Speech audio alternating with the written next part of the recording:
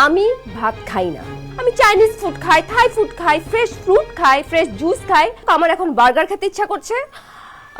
আমার জন্য একটা আমেরিকান বার্গার নিয়ে আসুন।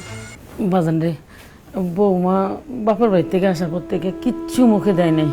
ও যা খাইতে চায় আইনা দেয়, ভাত তো খাইব না। যা লই আয়। আব্বা কি ঘরে? হ আছে তো, ডাক দে। আব্বা, আব্বা। কিরে বাবা, ডাক্তার সুস্কান কিছু কবি? আব্বা, তোমার কাছে কি কিছু টাকা পয়সা হইব? না না, লাগবো না, এমনি এমনি গেলাম। আমি তাহলে আইতেছি আম্মা, ওর লিগে বার্গার লই।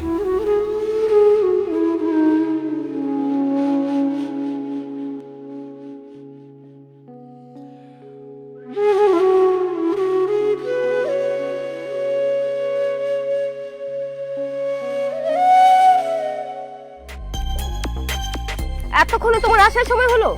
সে তখন থেকে আমি না খেয়ে বসে আছি, সে খেয়াল তোমার আছে? মাহি, আমার কাছে তো টাকা ছিল না। দুপুর থেকে সন্ধ্যা পর্যন্ত এক জায়গায় কাজ করে কিছু টাকা পাইছি, সেই টাকা দিয়ে তোমার জন্য বার্গার নিয়ে আসছি। এই জন্য দেরি হয়ে গেছে। তুমি কোথায় কিভাবে কাজ করছো সেটা আমি জানতে চাই না। তাড়াতাড়ি আমার বার্গারটা দাও, অ্যাটলিস্ট খেয়ে আমি আমার পেটটাকে শান্তি দেই। দাও।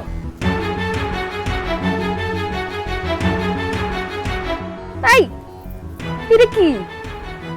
কেন বার্গার? এটা বার্গার নাকি বনরুটি? আমি তোমাকে বলছি আমেরিকান বার্গার থেকে আমার জন্য আমেরিকান বার্গার নিয়ে আসতে, উইথ ডাবল চিজ। আর তুমি আমার জন্য টং দোকান থেকে দুটো বনরুটি নিয়ে এসে হাতে ধরে দিছো। এই ছোট লোকের বাচ্চা, তুই কি আমেরিকান বার্গারও চিনিস না? দেখো মাহি, ছোটবেলা থেকে আমার বাপ মা আমার ভাত মাছ খাওয়ায় বড় করছে। এই ধরনের বার্গার টার্গার আমি চিনিও না, আমি খাইও না। এই বার্গার আমার বাড়ির কুকুর বিড়ালও খাবে না। ছোট লোক, গরিব একটা ফকিন্নিকে বিয়ে করছে।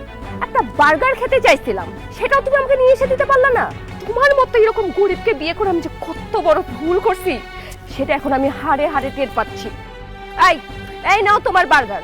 আশেপাশে কোনো কুকুর বিড়াল থাকলে ওদেরকে খাওয়াই দাও, আমি এসব বার্গার খাই না। মাহি, আমি অনেক কষ্ট করে কাজ করে সেই টাকা দিয়ে তোমার জন্য বার্গার নিয়ে আইছি। তুমি যদি এটা না খাও আমি খুব কষ্ট পাবো। এসব 10 টাকা দামের বার্গার খেয়ে আমি আমার পেট খারাপ করতে পারবো না। এখন আমার ঘুমানোর সময় হয়েছে, তোমার মাকে গিয়ে বলো তাড়াতাড়ি আমার বেডটা ঠিক করে দিতে। Good night.